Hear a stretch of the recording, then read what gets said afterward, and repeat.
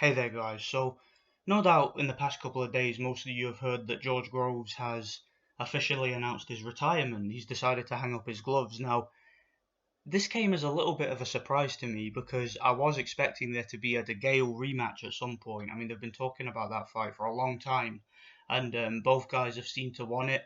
It just hasn't seemed to materialize, but I did expect it to happen at some point before these guys retire, but I expect it's not going to happen now because Groves has decided to hang up his gloves and walk away. He's totally within his rights to do that. I've got no issue with it. I didn't really need to see the rematch. I just thought that it was probably going to happen, for the money and to put an end to that rivalry once and for all. But whatever, Groves has decided to retire. Let's talk about him and his legacy for a moment. Now, a lot of people pretty much seemed to settle for the fact that Groves was able to finally win a world title in his career, which he was. Which, I mean, congratulations! It was good he was able to finally win a world title. But I'll get to that later because, in my personal opinion, George Groves will go down as one of the biggest disappointments in British boxing. And what I mean by that is this is a guy who never even came close, in my personal opinion, he never even came close to reaching his full potential. This is a guy that, in my opinion, could have been a dominant champion. In my opinion, he could have been a long-term champion. In my opinion, he could have cleaned up domestically and been one of the top guys in the division had he been managed properly and had there not been conflicting factors going on outside the ring. It's just that with boxing, things tend to happen. Like you switch trainers, there tends to be a lot of turmoil. There tends to be a lot of psychological issues and stuff like that that always seems to stop these guys from reaching their full potential. Now, I remember when George Groves, pretty much around about the time when he first turned pro, I followed the vast majority of his career. I maybe missed his first couple of pro fights, but I followed pretty much his whole career. And I remember when he was on his way up, when he was a prospect, within like his first 5 or 10 fights. To me, this guy was one of my favourite British prospects. He was actually one of my favourite fighters. I was a huge fan of this guy. Like Groves, in my opinion, was one of the most exciting and one of the most highly impressive British prospects to me. The natural talent that this guy had on his way up, his hand speed, his punching power, his jab, his judgment of range and distance, his sort of herky-jerky style, his defense, and his energy in the ring. To me, early on in his career, this guy was really, really impressive. And teaming up with Adam Booth, who was, of course, famously David Haye's trainer at the same time, and training with David Haye and whatnot, to me, George Groves just had an amazing setup. And I always thought that this guy was going to go far. Like, I always thought he was going to be a really good fighter.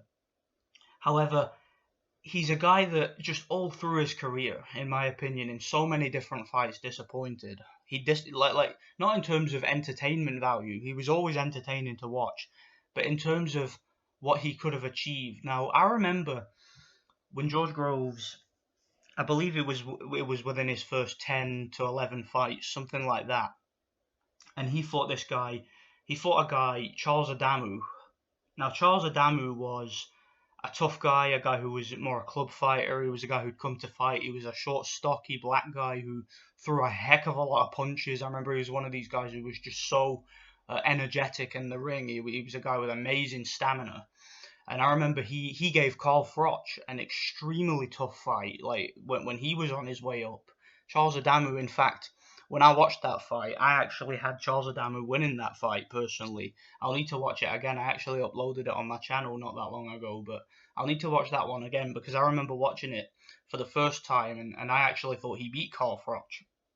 And he went in the ring with George Groves, and George Groves absolutely took him apart, smashed him to pieces, and stopped him in 6 rounds. So that was the first time where I really thought, wow, this guy's going to be a champion.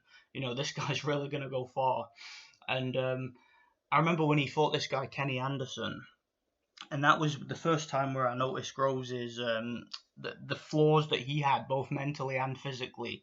He went into that fight, and Kenny Anderson was one of these guys. He was undefeated, However, he hadn't really fought anybody. He'd only really been a club fighter basically. He was sort of a local club fighter from Edinburgh, and he was a tough guy. Come to fight, good chin. A hard working type of guy, but he wasn't really a great talent. He wasn't really that athletic. Wasn't really a big puncher. He was just a tough guy who came to fight. And I remember going into that fight, and this was where I first realised how great a trainer Adam Booth was, and how Adam Booth was just so good at reading the psychology of fighters, and he was so good at preparing them for fights, and he was so great in the corner. He was so great at keeping these guys relaxed and telling them what they need to hear. When Groves was preparing to fight Kenny Anderson, I remember watching I believe it was the Ringside show on Sky. I watched it on the internet when it was uploaded after. I didn't watch it live, but it was like the day after or something. And they were on that show Ringside. And I remember when Groves, he was there to basically talk about the Anderson fight, but all they wanted to ask him about was DeGale. That was all that he was being asked about, was when are you fighting James DeGale and what's happening with that fight and how do you see that fight going. And I remember Adam Booth said, look, he was talking about the DeGale fight and the potential of Groves fighting DeGale, but he also said during the interview, I remember this clearly, he said, but trust me, Kenny Anderson, like, we don't want to look past him because I believe he's more dangerous than James DeGale. I believe he's a more dangerous fight for George stylistically, and that was what Adam Booth said. I remember it in the Ringside show. I'll need to see if I can find that clip, but I remember he said that. Adam Booth actually said that Kenny Anderson was a more dangerous fight for Groves, much more dangerous than he believes DeGale would be. And of course, that turned out to be true. Groves ended up fighting Kenny Anderson. It was an extremely tough fight. Kenny Anderson was beating Groves up in the early rounds. He dropped Groves heavily in the third round, had him down, nearly had him down twice actually. And Groves was getting marked up. He was getting beaten backwards. He seemed to be having problems with the pressure. Seemed to be struggling with the pace of the fight. And I remember just after the round he got knocked down, after the third round, and how distressed George Groves looked in the corner, and just the instructions from Adam Booth, and just the calm body language of Adam Booth, and how Adam Booth was able to calm Groves down in the corner and give him the right advice. Tell him to work the body, tell him to counter, tell him to try and capitalize on Kenny Anderson's energetic style of coming forward. And he was like, I promise you, this guy's getting tired. I promise you, he's going to punch himself out and you're going to be much stronger in there. And Groves just went back to work and took Kenny Anderson apart, worked the body, figured him out, and managed to find his timing, managed to find his range, and he managed to beat Kenny Anderson up and stop him. And I thought that was really impressive. I really loved that fight. It was a great fight. I always remember watching it. And yeah, Groves really impressed with that performance. He really did. And to me, that was probably one of the best performances in terms of how he was able to deal with adversity. Because that's the thing with George Groves. The narrative on him is that he'll be doing well in a fight, then he'll fall apart. When he gets hurt or dropped, and you'll be able to catch him late.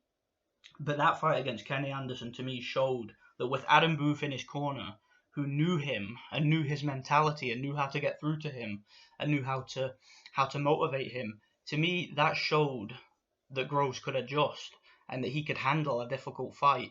And then of course he went in to fight DeGale, and it was more of the same. It was Adam Booth's strategic game plan and his corner work, which helped Groves to obtain the victory, and which helped him to outbox a guy who was so awkward and so difficult to look good against, like DeGale. And how calm Groves was that whole fight. He never let his emotions get the better of him.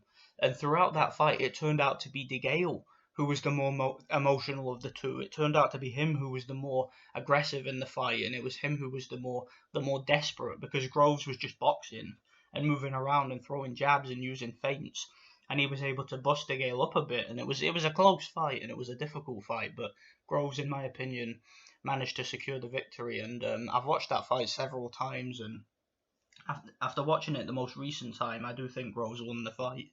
And again, it was just Adam Booth's amazing tactics, along with Groves's supreme talent in the ring, which got them the win there. And I was really impressed by that. And this brings me to the Carl Froch fight, because I mentioned in the start of this video, and as you know by the title, I'm talking about how disappointing, in my opinion, Grove's career turned out to be. Well, going into the Carl Froch fight, the first fight, when that fight was initially announced, I was so excited. I couldn't wait to see that fight, because going into that fight, when it was first announced, I thought that George Groves was going to beat Froch. I thought that he was going to outbox Froch. I thought that him and Adam Booth would come up with a game plan. I thought that they would know what to do. I thought that they'd have studied Froch throughout, because George Groves had sparred with Froch in the past, and I believe he was sparring with Froch for the Mikhail Kessler fight, the first fight. I believe Groves was one of Froch's sparring partners for that one. So yeah, Groves to me had a lot of experience with Froch. That they used to spar up in Sheffield and whatnot, and I just felt that it was his time. He was 25 years old. He was in great shape. He had Adam Booth in his corner, and I just thought this is going to be a fantastic fight, and I can see Groves outboxing Froch. And then during the build-up in the fight, it was funny. Groves really, really got into Froch's head, and he really exposed him, because you see, Carl Froch is one of these guys. He'll trash talk, and he'll insult people, and he'll be a prick to people, and he'll be a bully, and he'll push people around, and he'll criticize people till he's blue in the face. But if you say anything back to him, and if you criticize him and you give him a few home truths, he spits his dummy out, he throws his toys out the pram, and acts like a big fucking baby. And that's what he did. Groves absolutely wrecked Carl Froch in the build-up to that fight psychologically. He got in his head, he pissed him off. He made Froch so fucking emotional going into the fight. Froch was just so wound up, so pissed off, and he was there for the taking. Honestly, he really was there for the taking. And Groves had a perfect opportunity to win that fight. Then, midway through his training camp, only like a couple of months before the fight, I heard that Groves had split from Adam Booth, and I facepalmed when I heard that. I'm like, are you fucking serious? Because, as you guys know, I was never a big fan of Carl Froch, and I was just really hoping that Groves would pull off that victory, man, and I really thought he had the talent to. But then when I heard that he was, oh my god, like when I heard that he was split from Adam Booth, that absolutely pissed me off, man. It really did, because I'm like, are you kidding me? He's going into the biggest fight of his career against a guy who's a hardened, experienced veteran, a world champion, a guy who's got stamina, right? A guy who's got a chin, a guy who knows his way around the ring based on all the experience and all the training camps he's had. And he splits from his trainer now, and then he hires some bag bum called Paddy Fitzpatrick, who was fucking useless. And yeah, going into the fight, you guys know what happened. Groves should have won the fight. I mean, he had the faster hands, he was more skilled, he was the better boxer of the two. He was more talented, but he just went in there, and it just something was off about Groves. He was winning the fight. He puts Froch down in the first round, puts him down heavily. He wins pretty much all the rounds. And then, of course, Carl Froch has his fucking bodyguard referee, Howard Foster, who, might as well have been a member of Froch's family, refereeing the fight and judging the fight. If you see the scorecards, they all had Froch winning. I believe they did anyway, or at least two of them did, I think. And it was a setup. It was all set up for Froch. He got a premature stoppage. But my point is that Groves, if he'd have had Adam Booth in the corner for that first fight, with the state he had Froch in, and with the shape he was in, and how prepared he was from all the sparring he'd done and whatnot, Groves had a perfect opportunity to win that fight. He should have won that fight. He should have. And it was so disappointing that he didn't. And then, from that fight on, in my opinion, in Groves' career, from that particular fight onwards, for a long time, I'd say at least until he hooked up with Shane McGuigan, for a long time, Groves was dreadful. I mean, when he fought fucking Dennis Douglas, he looked shit in that fight. He got his nose smashed, looked terrible, got marked up. He became a very workmanlike fighter, if you know what I mean. Like when he fought Christopher Rebras, looked dreadful in that fight. When he fought Martin Murray, that was another fight I wasn't impressed with. I thought he just looked extremely workmanlike.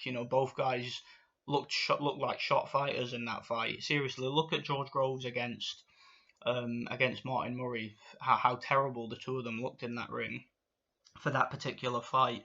Of course, I forgot to talk about the Badou Jack fight. That was one that I had on my mind before making this video, man.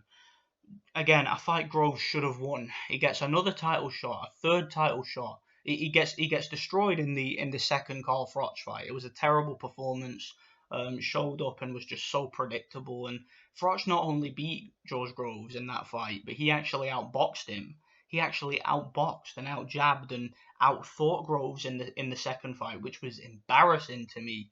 No way should that have happened. Okay, Groves, with the talent that he had and the skill he had, there's no way that he should be getting outboxed by Froch. No way whatsoever. But he ended up getting outboxed. He got worked back to the ropes and then caught with a big right hand and knocked out. And it was just so disappointing. And going into like I said, the Badou Jack fight, it was a similar situation. He was getting caught with long right hands from distance. Like the kind of shots he wasn't getting caught with earlier in his career. Like against Badou Jack, you look at Badou Jack, a guy who was taken out in one round by a journeyman called Derek Edwards.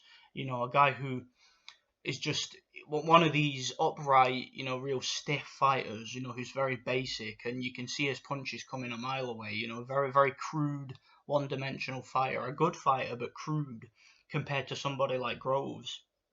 And Groves is getting caught with right hands. He gets dropped with a long right hand from distance. I mean, he should have seen that, okay? And he ended up losing the fight. And I'm like, how is a guy like Groves? I remember thinking at the time, how is a guy like Groves, with his talent level and his skill, losing to a guy like Badou Jack? It didn't make any sense to me. So it was just disappointing, man. Groves really should have become a world champion when he fought Froch.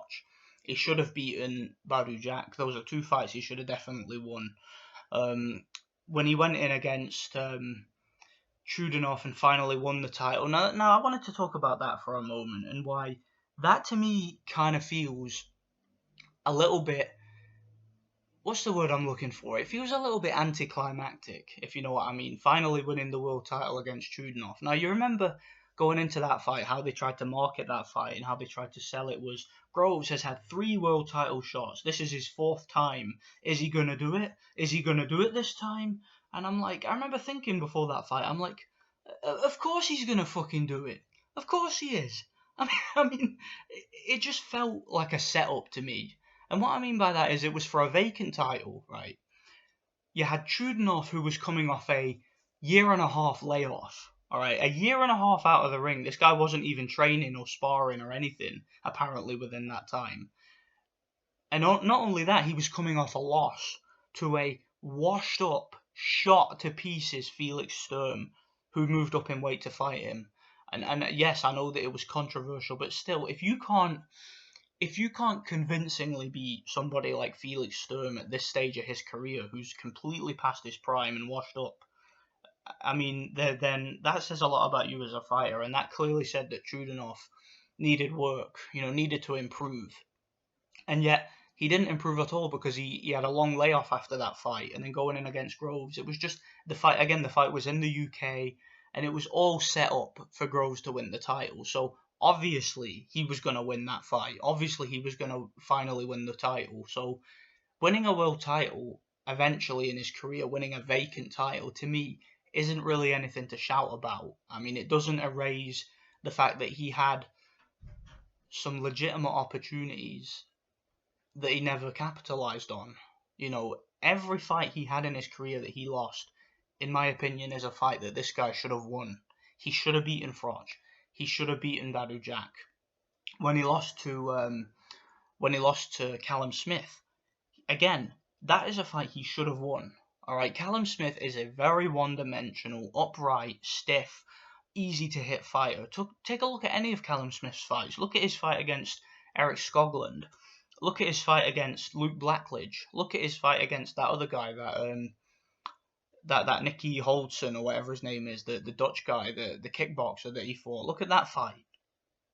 Are you telling me that a guy like Groves, who had so much faster hands, better boxing skill, more experience at world level, better movement, better defense, and yet he's getting outboxed and knocked out. In fact, he didn't even get knocked out, he quit. And that's what makes it so much more disappointing to me for Groves' career. His career ended with him quitting. He quit against Callum Smith. He didn't even attempt to get up. He gets dropped by Callum Smith in the 8th round in a fight that he was losing the fight, but don't get me wrong, he was in the fight. I still thought he had a chance of winning. He wasn't completely beaten out of the fight, okay? It wasn't like he couldn't have landed something and won. No, he was still in the fight. But he gets dropped, and then he's just like, fuck it, I'll stay down. And he quits. And then he retires. To me, massively, massively disappointing career. It's a real shame that this guy's career ended up the way it did. I really do think that this guy was, he was one of my favourite British fighters on his way up. He was a guy who I genuinely thought was going to be a top level fighter and a top level world champion, and he never achieved it. So it's a real shame. It really is. I think that this guy, obviously, it's great for him that he won a world title, but like I said, it was for us boxing fans, it was just the way that he went about winning it, and just how anticlimactic it was to me. The circumstances surrounding it wasn't that impressive, really wasn't. So, yeah, real disappointment. George Groves, in my opinion, will go down as one of the most disappointing British fighters in terms of what he could have achieved. So let me know what you guys think anyway, and yeah, let me know what you think. Thanks for watching, and God bless.